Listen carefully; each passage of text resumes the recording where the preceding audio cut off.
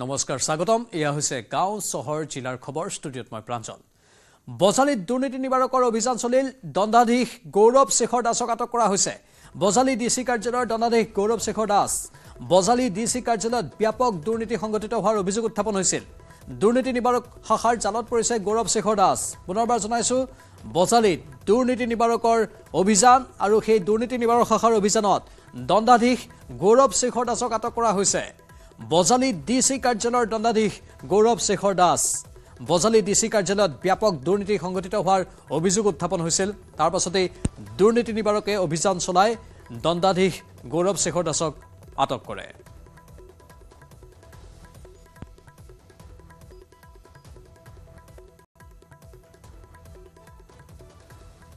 নাগৰিক সমাজ সন্দৰ্ভত বিজেপিৰ ৰাজ্যিক সভাপতি দিলীপ শইকীয়াৰ মন্তব্য নাগৰিক সমাজৰ নামত অসমৰ ৰাইজক আভুৱা ভাৰিছে আৰু বিপথে পৰিচালিত কৰিছে ডক্টৰ হিৰেণ গোহাঁই ৰাজনৈতিক নহয় তেখেত ৰাজনৈতিক দলৰ সৈতে কাম কৰিছে পৰোক্ষভাৱে ডক্টৰ হিৰেণ গোহাঁই ৰাজনৈতিক ব্যক্তি তেওঁ মাজে মাজে গণ্ডগোল কৰি থাকে বুলিও দিলীপ শইকীয়াই উল্লেখ কৰে সকলো দলীয় ৰাজনীতিৰ ঊৰ্ধত থকা সমাজখন হ'ল নাগৰিক সমাজ গতিকে এই নাগৰিক সমাজৰ নামত অসমৰ ৰাইজক আসলতে আভুৱা ভাৰিছে বিভ্ৰান্ত কৰিছে আৰু বিপথে পৰিচালিত কৰাৰ প্ৰয়াস কৰিছে আৰু ডক্টৰ হিৰেণ গোহাঁই ছাৰ তেখেত নন পলিটিকেল বুলি আমি এতিয়া আখ্যা দিব এইকাৰণে নোৱাৰোঁ কাৰণ ৰাজনৈতিক দলৰ নেতাৰ লগত তেওঁ সভা কৰিছে গতিকে হিৰেণ গোহাঁই ছাৰ আমি পলিটিকেল বুলি একেবাৰে প্ৰত্যক্ষভাৱে নকলেও কিন্তু তেওঁ এই পলিটিকেল লিডাৰৰ ভূমিকা পালন কৰিছে এই পলিটিকেল গতিকে মই ভাবোঁ যে হিৰেণ গোহাঁই ছাৰহঁতৰ কাম আমাৰ সমাজখনক সঠিক নেতৃত্ব দিয়া কিন্তু মাজে মাজে তেখেতে অলপ গণ্ডগোল কৰে তেখেতে কি গণ্ডগোল কৰে মই আজি নকওঁ তেখেতে নিজে অকণমান চিন্তা কৰি চোৱাটো ভাল বুলি ভাবোঁ অসমৰ সুৰক্ষিত আৰু বিকশিত ভৱিষ্যতৰ স্বাৰ্থত গুজৰাটৰ জামনগৰত প্ৰধানমন্ত্ৰীয়ে শুভ উদ্বোধন কৰাৰ পিছত বান্তাৰাক সামাজিক মাধ্যমত উচ্চ প্ৰশংসা কৰে বহু চেলিব্ৰিটিয়ে বন্যপ্ৰাণী উদ্ধাৰ পুনৰ্বাসন আৰু সংৰক্ষণ কেন্দ্ৰ বান্তাৰা সন্দৰ্ভত শচীন তেণ্ডুলকাৰ ৰণবীৰ সিং কৰণ জোহৰ আনন্দ মহিন্দ্ৰা আদি বহু তাৰকাই সামাজিক মাধ্যমত প্ৰকাশ কৰে প্ৰতিক্ৰিয়া অনন্ত আম্বানীক ভূয়সী প্ৰশংসা কৰে চেলিব্ৰিটিসকলে বান্তাৰাৰ উচ্চ প্ৰশংসা কৰাৰ লগতে সামাজিক মাধ্যমত অনন্ত আম্বানীকো ভূয়সী প্ৰশংসা কৰে চেলিব্ৰিটিসকলে বন্যপ্ৰাণী সংৰক্ষণৰ ক্ষেত্ৰত অনন্ত আম্বানী আৰু তেওঁৰ দলৰ আবেগ আৰু দায়বদ্ধতা অতি প্ৰশংসনীয় বুলি সদৰি কৰে ক্ৰিকেটাৰ শচীন তেণ্ডুলকাৰে ইয়াৰ লগতে শচীন তেণ্ডুলকাৰে সামাজিক মাধ্যম যোগে পুনৰ বান্তাৰা দৰ্শন কৰিবলৈ আগ্ৰহী বুলিও ইচ্ছা প্ৰকাশ কৰে কৰণ জোহৰে ছ'চিয়েল মিডিয়াত প্ৰকাশ কৰে যে অনন্ত আম্বানীৰ জীৱ-জন্তুৰ প্ৰতি থকা মমতা আৰু দায়বদ্ধতা অতিকৈ প্ৰশংসনীয় ৰণবীৰ সিঙেও অনন্ত আম্বানীক বান্তাৰাৰ বাবে শুভেচ্ছা জনায় বান্তাৰা আকৰ্ষণীয় আৰু অত্যাধুনিক বুলি মত পোষণ কৰে উদ্যোগপতি আনন্দ মহিন্দ্ৰাই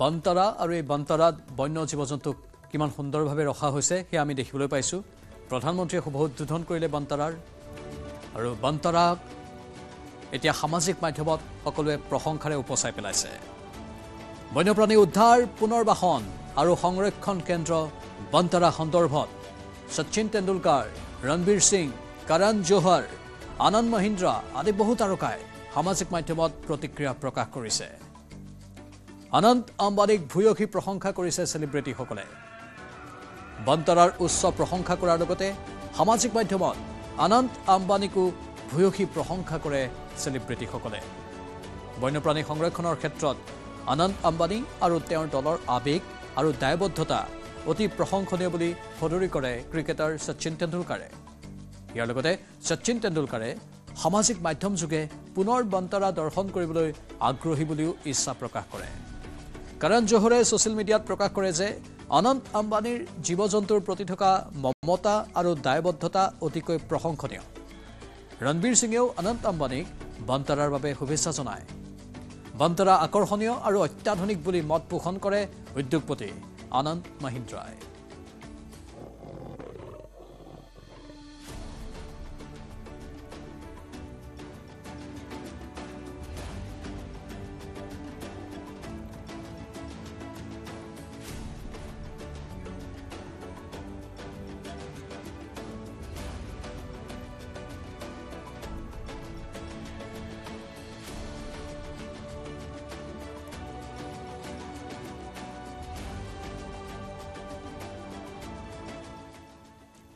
প্ৰজ্বলিতা কাশ্যপৰ বিৰুদ্ধে গোচৰ ৰুজু কৰিছে দিছপুৰ আৰক্ষীয়ে গাড়ী চালক ৰাজীৱ হুছেইনৰ এজাহাৰৰ ভিত্তিত ৰুজু কৰা হৈছে গোচৰ আঁঠু কঢ়াই চালকজনক প্ৰহাৰ কৰিছিল প্ৰজ্বলিতা কাশ্যপে প্ৰহাৰ কৰাৰ দৃশ্য বন্দী হৈছিল মোবাইল কেমেৰাত দিছপুৰ আৰক্ষীয়ে শীঘ্ৰে তলব কৰিব অভিযুক্ত প্ৰজ্বলিতা কাশ্যপক প্ৰাক্তন মুখ্যমন্ত্ৰী প্ৰফুল্ল কুমাৰ মহন্তৰ কন্যা প্ৰজ্বলিতা কাশ্যপ চালক ৰাজীৱ হুছেইনে দিছপুৰ থানাত দাখিল কৰে এজাহাৰ গোচৰটোত বিএনএছৰ 296 351 115 আৰু 352 ধাৰা সন্নিৱিষ্ট হৈ আছে আৰু ইয়াত 352 ধাৰা ৰুজু কৰা হৈছে প্ৰহাৰ কৰা ঘটনাটো সন্দৰ্ভত অভিযোগ মতে চালক ৰাজীৱ হুছেইনক এখন ইনোভা বাহন চলাব দিয়া হৈছিল চালকজনে চলাব নোৱাৰো বুলি কোৱাৰ বাবে প্ৰজ্বলিতা কাশ্যপে মাৰপিট কৰাৰ অভিযোগ উত্থাপন হৈছে তাৰ বিপৰীতে প্ৰজ্বলিতা কাশ্যপৰ প্ৰতিক্ৰিয়া আমাৰ সাংবাদিকে সংগ্ৰহ কৰিছিল তেতিয়া তেওঁ কৈছিল এই চালকজনে হেনু সুৰাপান কৰি অশ্ৰাব্য গালিগালাজ আৰু অশালীন মন্তব্য কৰিছিল তেওঁলোকক কিন্তু চালকজনে সেই অভিযোগ নাকচ কৰিছে তেওঁ কৈছে ইমানবোৰ নিৰাপত্তাৰক্ষী থকাৰ পাছত মই কেনেধৰণে এনেধৰণৰ ব্যৱহাৰ কৰিব পাৰো বা তেওঁলোকৰ ঘৰৰ ভিতৰত সোমাই অশালীন মন্তব্য কৰিব পাৰো হিয়া মোৰ সাহস কেতিয়াও হ'বই নোৱাৰে এই কথা চালকজনে উল্লেখ কৰিছে গাড়ী চালক ৰাজীৱ হুছেইনে যোৱা নিশা এখন এজাহাৰ দিয়ে আৰু সেই এজাহাৰত উল্লেখ কৰে যে যোৱা মাৰ্চ মাহৰ 2 তাৰিখে তেখেতক ex M P Jayashree Goswami মহন্তৰ ঘৰত এখন ইনোভা গাড়ী চলাবলৈ কোৱা হৈছিলে তেখেতে সেই ইনোভা গাড়ী চলাব নোৱাৰো বুলি কোৱাত প্ৰথমতে তেখেতক ঘৰৰ ভিতৰত মাৰপিট কৰে আৰু তাৰ পাছত তেখেতক বাহিৰত ওলাইও চেণ্ডেলেৰে কোবাই আৰু ৰ'দত আঁঠু কৰাই থয় আৰু সেই সংক্ৰান্তে ইতিমধ্যে আমি দিছপুৰ থানা 193 2025 এটা মোং ৰুজু কৰিছোঁ কেছ ৰুজু কৰিছোঁ আৰু সেইটো তদন্ত প্ৰক্ৰিয়া এতিয়া আৰম্ভ হৈছে এতিয়া আমি আইনত যি ধৰণে আগবাঢ়িব লাগে সেই ধৰণে আগবাঢ়িম প্ৰথমতে আমাৰ সোধপোছবিলাক আৰম্ভ হ'ব তাৰপিছত পৰ্যায়ক্ৰমে আমি আগবাঢ়ি যাম প্ৰজ্বলিত মাত্ৰা আছে নেকি থানালৈকে ইতিমধ্যে আমি যাৱতীয় যিখিনি কাৰুকাৰ্য কৰিব লাগে সেইখিনি আৰম্ভ কৰিছোঁ ইফালে চালকজনেও মন্তব্য প্ৰকাশ কৰিছে তেওঁ কৈছে গোটেইখিনি কথা যে প্ৰজ্বলিতা কাশ্যপে যি অভিযোগ কৰিছে সেই অভিযোগ ভিত্তিহীন তেওঁ কোনো ধৰণৰ অশালীন ব্যৱহাৰ কৰা নাছিল কোনো সুৰাপান কৰা নাছিল আন কেতবোৰ কথাও কৈছে চালকজনে কেনেধৰণে তেওঁৰ ওপৰত অত্যাচাৰ কৰা হয় ব্যক্তিগত গাড়ী চলাবলৈ দিয়া হয় সেই গোটেইখিনি মন্তব্য এবাৰ আগবঢ়াইছোঁ আমি হিজাবৰ গাড়ী চলাওঁ স্কট গাড়ী আমাক তাহাৰ লগত স্কট দিছে প্ৰফুল্ল মহন্তৰ ঘৈণীয়েকৰ লগত স্কট দিছে আমাক গাড়ীখন তাহনে হৈ আছে কি আমি স্কট যাওঁত স্কটখন ৰাখি থৈ কিনে তাৰ ঘৰৰ পাৰ্চনেল গাড়ী ইনোভাখন মোক চলাব দিছে মই এইটো মানা কৰিছোঁ যে নাই ইনোভাখন নচলাওঁ আমি তাৰ পাৰ্চনেল গাড়ী কিয় চলাওঁ আমি সেইটোৰ কাৰণে মোক এনাখন ব্যৱহাৰটো কৰিছোঁ কি কৰিছিল আপুনি খোৱাৰ পিছত কি কৰিছিল খোৱাৰ পিছত মানে তাহনে এই আঁঠু গৰাই কাণত ধৰাই বহাই থৈ দিছিল মোক মোটামুটি 10 মিনিটমান হ'ল তেওঁৰ ঘৰৰ ভিতৰত আৰু বাহিৰতো মোটামুটি চেণ্ডেল কোবাইছিল তাৰ ছোৱালীটো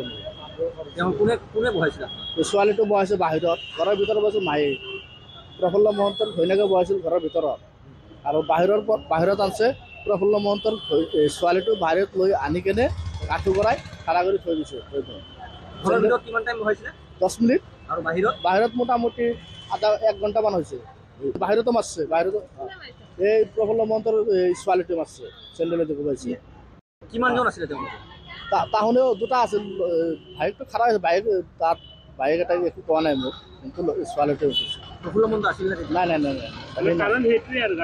গাড়ীখন চলাব লাগে সেইটোৱেই কাৰণ আমি হ'লো প্ৰাইভেট ড্ৰাইভাৰ আমি চৰকাৰী গাড়ী চলাব যাওঁ কিন্তু তাৰ গাড়ী পাৰ্চনেল গাড়ীখন তাহলেতো পাৰ্চনেল গাড়ী চলাব লাগে পাৰ্চনেল ড্ৰাইভাৰ ৰাখিব লাগিব তাৰ ঘৰৰ পৰা তাৰ পাৰ্চনেল গাড়ী ইনোভা গাড়ী ক'ত যাব দিছে আপোনাক বজাৰ কৰিব লাগে তাৰ ঘৰত লৈ কেনে সি ক'ত যায় ঘূৰিবৰ কাৰণে স্কট পাতি থৈ যায় আৰু ড্ৰাইভাৰটো লৈ যায় স্কট ড্ৰাইভাৰটো লৈ যায় গাড়ীখনো থৈ যায় স্কটৰ গাড়ীখনো থৈ যায় আগতো এনেকৈ লৈছিল আগতো লৈ গৈছে আগত কিমান ড্ৰাইভাৰ লৈছে তাৰমানে হিচাপে নাই আপুনি গৈছিল নে আমি যোৱা নাই আগত যোৱা নাই আমি প্ৰথমে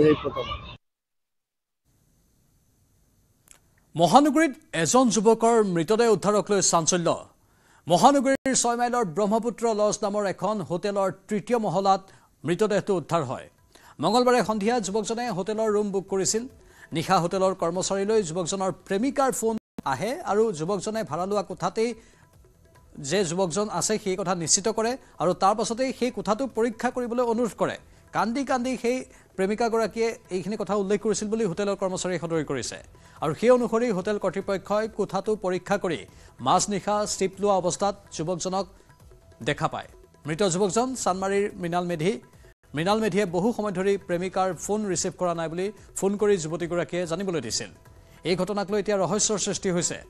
প্ৰেমজনিত কাৰণতেই যুৱকজনে আত্মহনন কৰা বুলি আৰক্ষীয়ে সন্দেহ কৰিছে। ঘটনা সন্দৰ্ভত দিছপুৰ আৰক্ষীয়ে বৰ্তমান তদন্ত অব্যাহত ৰাখিছে। বৰ্তমান লাগে বুলি কৈছে, সেইমতে আইডি চাইডি প্ৰুফ লৈ লোৱা দিয়া গৈছে, বাছ সেইখিনি জানো। তাৰপিছত তোমালোকে কেতিয়া গম পালা আত্মহত্যা কৰা? আত্মহত্যা কৰাৰ পিছত আপোনাক ফোন কৰিছে কোনোবাই, মাইকী এজনী ছোৱালীজনী, যে দাদা এনেকুৱা এনেকুৱা ৰুমত দিছে, ফোন কৰিছে, ৰিচিপশ্যনত ফোন কৰিছে, ৰিচিপশ্যনৰ নাম্বাৰ।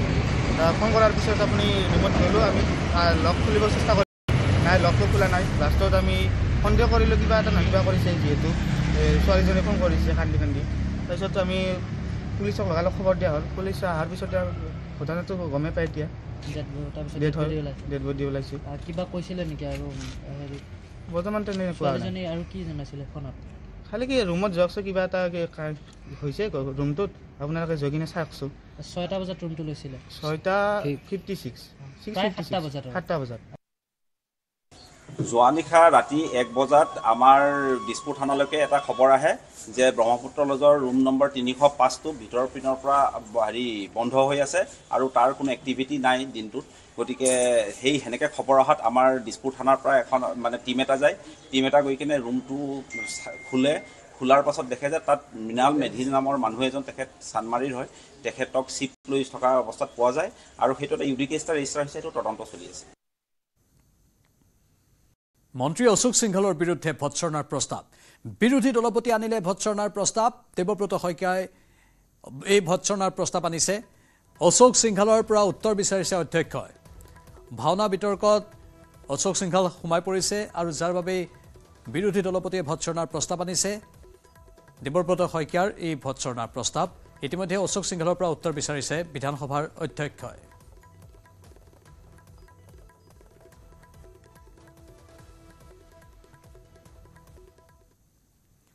ক্ৰিকেটাৰ ৰিয়ান পৰাগে লাভ কৰিলে স্নাতক ডিগ্ৰী। কটন বিশ্ববিদ্যালয়ৰ পৰা স্নাতক ডিগ্ৰী লাভ কৰিলে ৰিয়ান পৰাগে। ক্ৰীড়া বিভাগত স্নাতক ডিগ্ৰী লাভ কৰিলে ক্ৰিকেটাৰ ৰিয়ানে। আৰু ৰিয়ানে ধাৰাবাহিকভাৱে এতিয়া উজ্জ্বল প্ৰদৰ্শন আগবঢ়াই আছে।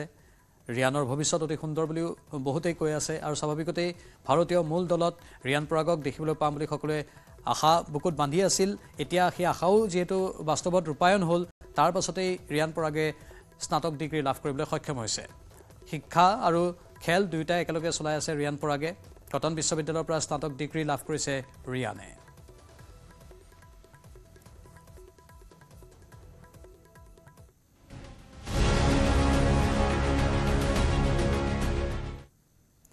দ্বিতীয়বাৰৰ বাবে আমেৰিকাৰ ৰাষ্ট্ৰপতি হিচাপে দায়িত্ব গ্ৰহণ কৰাৰ পাছত প্ৰথমবাৰৰ বাবে মাৰ্কিন কংগ্ৰেছ সম্বোধন কৰিলে ডোনাল্ড ট্ৰাম্পে। ইয়াৰ পূৰ্বে যেতিয়া তেওঁ কাৰ্যকালত আছিল তেতিয়াও মাৰ্কিন কংগ্ৰেছক সম্বোধন কৰিছিল আৰু সেই কাৰ্যকাল আৰু এতিয়াৰ কাৰ্যকাল মিলাই এয়া পঞ্চমবাৰৰ বাবে মাৰ্কিন যুটীয়া কংগ্ৰেছত সম্বোধন কৰে ৰাষ্ট্ৰপতি ডোনাল্ড ট্ৰাম্পে। মাৰ্কিন যুটীয়া কংগ্ৰেছত কৰা প্ৰথমটো সম্বোধনতে ট্ৰাম্পে ভাৰতকে ধৰি অন্যান্য দেশৰ ওপৰত অতিৰিক্ত আমদানি শুল্ক আৰোপ কৰিলে। 2 এপ্ৰিলৰ পৰা আমেৰিকাত ভাৰতৰ আমদানি শুল্ক বৃদ্ধি পাব। ট্ৰাম্পে ভাষণত উল্লেখ কৰা অনুসৰি আমেৰিকায়ো ভাৰতে আৰোপ কৰা আমেৰিকাৰ আমদানি শুল্কৰ অনুৰূপ শুল্ক আৰোপ কৰিব। কেৱল ভাৰতেই নহয়, ইউৰোপীয় সংঘ, চীন, ব্ৰাজিল, মেক্সিকোই আমেৰিকাৰ ওপৰত আৰোপ কৰা আমদানি শুল্কৰ অনুৰূপ শুল্ক আমেৰিকায়ো দাখিল কৰিবলৈ সাজু হৈছে। মাৰ্কিন কংগ্ৰেছত ট্ৰাম্পে ক'লে দশক ধৰি সমগ্ৰ বিশ্বৰ দেশসমূহে আমেৰিকাক বঞ্চনা কৰি আহিছে। এতিয়া আৰু তেনে হ'বলৈ দিয়া নহ'ব।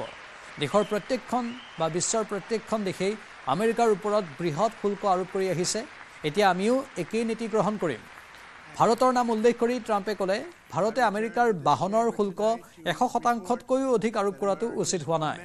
চীনেও আমেৰিকাই আৰোপ কৰা আমদানি শুল্কৰ দুগুণ আমদানি শুল্ক আৰোপ কৰি আহিছে। লগতে ক'লে আমেৰিকাই সামৰিক সাহায্য আগবঢ়াই অহা দক্ষিণ কোৰিয়াই আমেৰিকাতকৈ 4 গুণ অধিক আমদানি শুল্ক আৰোপ কৰি আহিছে। শত্ৰু মিত্ৰ সকলো ৰাষ্ট্ৰই আমেৰিকাৰ বিৰুদ্ধে এনে আচৰণ কৰি আহিছে বুলি মাৰ্কিন কংগ্ৰেছত উদাত্ত কণ্ঠে ক'লে ৰাষ্ট্ৰপতিগৰাকীয়ে। একে সময়তে ট্ৰাম্পে মাৰ্কিন যুটীয়া কংগ্ৰেছত গৰ্বৰে ক'লে পূৰ্বৰ 4 বছৰীয়া বা 8 বছৰীয়া প্ৰশাসনে কৰিব নোৱাৰা কাম এইবাৰ ৰাষ্ট্ৰপতিৰ দায়িত্ব গ্ৰহণ কৰাৰ 43 দিনতে ট্ৰাম্প প্ৰশাসনে সম্পন্ন কৰিছে। ট্ৰাম্পে লগতে ক'লে যোৱা 6 মাহত শতাধিক কাৰ্যকৰী নিৰ্দেশত চহী কৰাৰ লগতে 4 শতাধিক সিদ্ধান্ত কাৰ্যকৰী কৰাৰ কথা। This is my 5th such speech to Congress. And once again, I look at the Democrats in front of me, and I realize there is absolutely nothing I can say to make them happy or to make them stand or smile or applaud. Nothing I can do.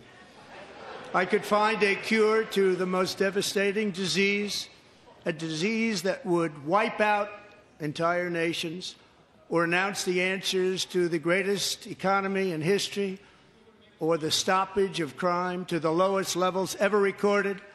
And these people sitting right here will not clap, will not stand, and certainly will not cheer for these astronomical achievements. They won't do it, no matter what. Five times I've been up here.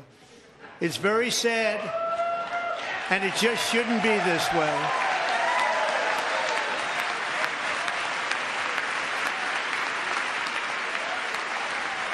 ইপিনে ৰাষ্ট্ৰপতি ট্ৰাম্পে মাৰ্কিন কংগ্ৰেছত সম্বোধন কৰাৰ পূৰ্বে Washington ডিচিত দেখা গ'ল প্ৰতিবাদ ইউক্ৰেইনৰ সমৰ্থক তথা ট্ৰাম্পৰ সিদ্ধান্তৰ বিৰুদ্ধে ওলাই আহিল এইসকল নাগৰিক ইউক্ৰেইনক সমৰ্থন কৰি তেওঁলোকে ট্ৰাম্পৰ বিৰুদ্ধাচৰণ কৰা দেখা গ'ল ৱাশ্বিংটন ডিচিত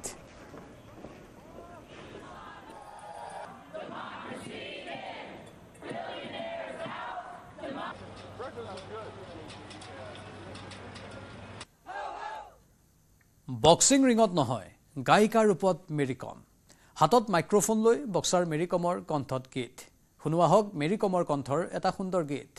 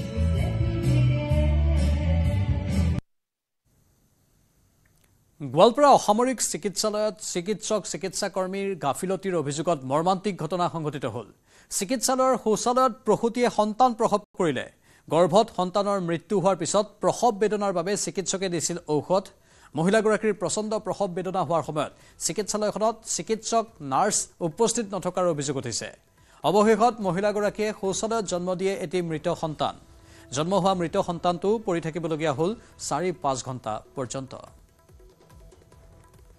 দুটাই কোৱা মতে বাথৰুমত গৈছিল বাথৰুমত যাওঁতে কেঁচুৱাটো তাতে হ'ল তাৰপিছত নাৰ্ছক কৈছে নাৰ্ছে তেতিয়া ডেলিভাৰী কৰি আছিল লেবাৰ ৰুমত আৰু যিহেতু আমাৰ NSM ষ্টাফখিনিয়ে ধৰ্ণা দিছে তাৰপিছত তাই কৰ্মবিৰতি কৰিছে গতিকে তেওঁ ইতিমধ্যে এজনীয়ে চিষ্টাৰ আছিল লেবাৰ ৰুমত তেওঁ ডেলিভাৰী কৰি আছিল তেওঁ আহিব পৰা নাছিল কিন্তু তাৰ আগতো নাৰ্ছৰ তাত যাওঁতে তেওঁলোকক কৈছিল যে আপোনালোকৰ কেঁচুৱাটো ইয়াতে লৈ আহক বাথৰুমত নিব নালাগে ইয়াতে বাথৰুম আছে লেবাৰ ৰুমৰ ভিতৰতে আমাৰ বাথৰুমৰ ব্যৱস্থা আছে তাৰপিছত যেতিয়া মই আহি দেখোঁ কেঁচুৱাত মাকক নানি পেলাই মই লেবাৰ ৰুমত নিজেই উঠাই দিছোঁ। নাৰ্ছজনীক গোটেই কথাটো সুধিলোঁ। তেতিয়া ডিউটিত আছিল এজনী লেবাৰ ৰুমত চিষ্টাৰ, তাই ইতিমধ্যে ডেলিভাৰী কৰি আছিল, আৰু এজনী ৱাৰ্ড গাৰ্ল। মই ৱাৰ্ড গাৰ্লৰ থ্ৰুৱেদি মাকজনীক ইয়াত আনিলোঁ, কেঁচুৱাটো ইয়াত আনিলোঁ, আৰু এই ডেলিভাৰী যোনটো হৈ আছে মানে তাতে মানে সেই ডেলিভাৰীটো আচলতে IUD মানে সন্তানটো গৰ্ভতে মৃত্যু হৈ আছিল। ল'ৰা দুটাই কোৱা মতে ৰাজ্যজুৰি ৰাষ্ট্ৰীয় স্বাস্থ্য মিছনৰ কৰ্মচাৰীসকলে ৰূপায়ণ কৰিছে 3দিনীয়া কৰ্মবিৰতি। ৰাজ্যৰ অন্য প্ৰান্তৰ লগতে ওৰাং সামূহিক স্বাস্থ্য কেন্দ্ৰতো ৰাষ্ট্ৰীয় স্বাস্থ্য মিছনৰ কৰ্মচাৰীসকলে ৰূপায়ণ কৰিছে কৰ্মবিৰতি। চাকৰি নিয়মীয়াকৰণ, চৰকাৰী সা সুবিধা প্ৰদানৰ দাবীত কৰ্মচাৰীসকলে ৰূপায়ণ কৰিছে এই প্ৰতিবাদী কাৰ্যসূচী। সম কামৰ বাবে সমবেতন প্ৰদান কৰা আৰু 7ম দৰমহা আয়োগৰ অধীনত অন্তৰ্ভুক্ত কৰাৰ দাবী উত্থাপন কৰে প্ৰতিবাদকাৰীসকলে। ইয়াতে একগোট হৈছোঁ। আমাৰ কিছুমান দাবী আছে। আমি অল NHN ষ্টাফ আজি ইয়াতে ওলাই আহিবলৈ বাধ্য হৈছোঁ। আমাৰ কিছুমান দাবী আছে। আমি সেই দাবীসমূহ চৰকাৰলৈকে আমি প্ৰেৰণ কৰিব বিচাৰিছোঁ আপোনালোকৰ মাধ্যমেদি। আমাৰ সেই দাবীসমূহৰ ভিতৰত হৈছে আমাৰ যোনটো 7 পে স্কেল, 7 পে কমিশ্যনটো আমাক দিব লাগে, যিহেতু অহা আপোনালোকৰ 2026ত 8 পে কমিশ্যন লাগিবলৈ আহি আছে। গতিকে আমাৰ এতিয়ালৈকে NHM কৰ্মচাৰীসমূহে 7 পে স্কেলে পোৱা নাই। তো গতিকে আমি 8 পেৰ কথাটো আমি ভাবাই নাই। আমাৰ 7 পে স্কেল মতে আমাৰ চেলাৰীটো ইনক্ৰিজ কৰিব লাগে। লগতে আমাৰ যিটো কৰ্ম আমাৰ এইটো পদবীটো নিয়মীয়া কৰিব লাগে, ৰেগুলাৰ কৰিব লাগে। লগতে আমাৰ কামৰ দৰমহা প্ৰদান কৰিব লাগে। ডিব্ৰুগড়ত প্ৰায় 10 লাখ টকাৰ চুৰি হোৱা সোণৰ অলংকাৰ জব্দ। ডিব্ৰুগড় মহানগৰৰ সুন্দৰপুৰৰ পৰা চুৰি কৰিছিল সোণৰ অলংকাৰখিনি। সোণৰ অলংকাৰসহ মিলননগৰ আৰক্ষীয়ে গ্ৰেপ্তাৰ কৰিছে এটা চোৰক। ধৃত চোৰটো আমোলাপট্টিৰ আজান আলী। চুৰি কাৰ্যত জড়িত আন এটা অভিযুক্ত বৰ্তমানেও পলাতক। উল্লেখযোগ্য যে সুন্দৰপুৰৰ প্ৰণতি খনিকৰ নামৰ মহিলাগৰাকীৰ ঘৰত কোনো নথকাৰ সুযোগত চোৰে সোণৰ অলংকাৰ আৰু নগদ 2 লাখ টকা চুৰ কৰিছিল। ইতিমধ্যে আৰক্ষীয়ে প্ৰায় 70% সোণৰ অলংকাৰ চোৰৰ ঘৰৰ পৰা উদ্ধাৰ কৰিছে।